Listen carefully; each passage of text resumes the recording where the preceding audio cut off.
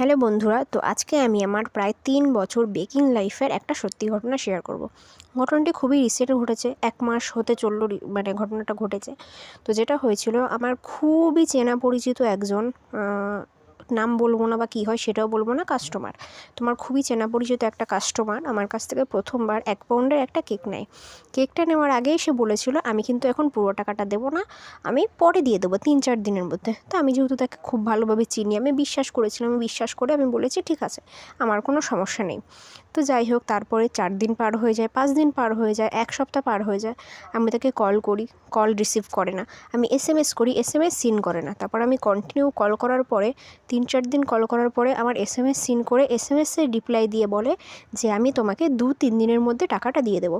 ২-৩ দিন পার হয়ে ১ মাস হয়ে গেল, তবুও কিন্তু সে টাকাটা দেয়নি। আমি কিন্তু তাকে বিশ্বাস করে কেকটা দিয়েছিলাম। আমার কাছে টাকার থেকে বিশ্বাসের মূল্য অনেক বেশি।